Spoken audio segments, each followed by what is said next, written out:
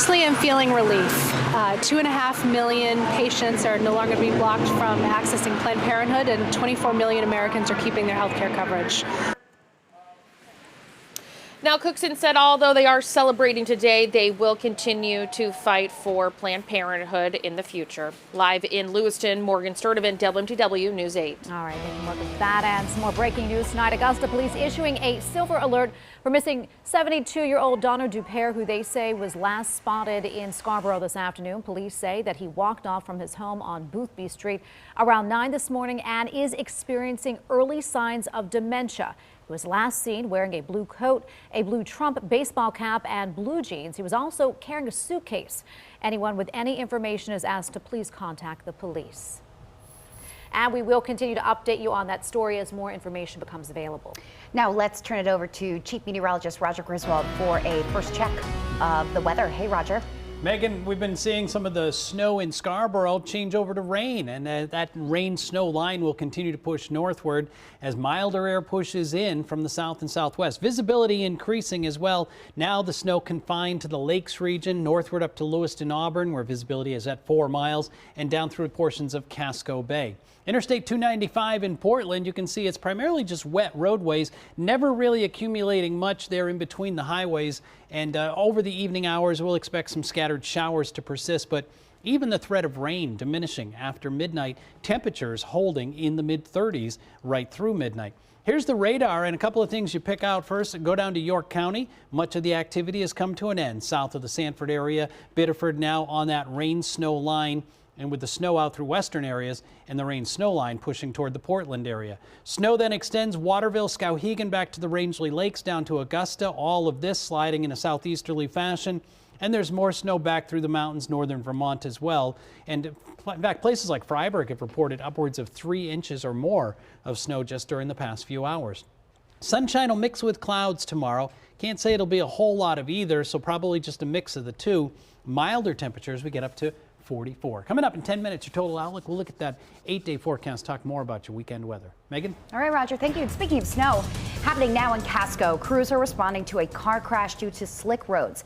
Dispatchers confirming Poland Spring Road, also known as Route 11, has since been reopened. Only minor injuries were reported. Scarborough Downs has confirmed a deal is in the works to sell the racetrack and all of the land it sits on. It's the latest in a string of offers over the years. WMTW News 8's Jim Keithley is live at the track tonight with more details. Jim? Megan, this place had been on the market for $7.5 million. No word on what this potential buyer is offering, but you don't have to look too far to see that this place has fallen into disrepair. The grandstand run down, boarded up windows. Some believe selling it is the only option. On the eve of the 67th season of horse racing at Scarborough Downs, horsemen taking training runs around the track. Snow is falling from the skies above, but a cloud of uncertainty looms when it comes to what the future holds. If the place is sold and not kept as a racetrack, I'll be out of business. Dana Childs, a horseman from Saco who's been training horses for 45 years, says everything is riding on what a new owner plans to do with this place.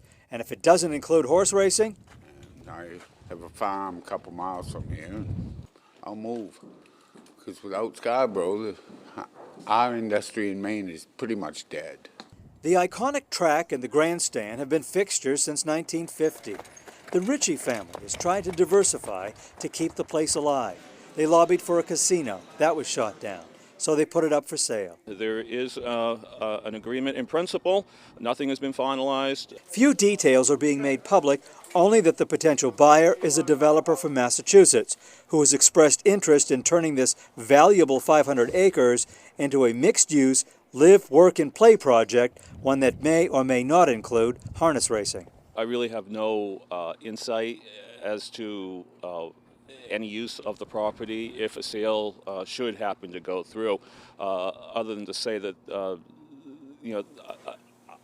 in my mind, in my heart, I don't see any reason why harness racing can't be a part of any sort of development here at the Downs.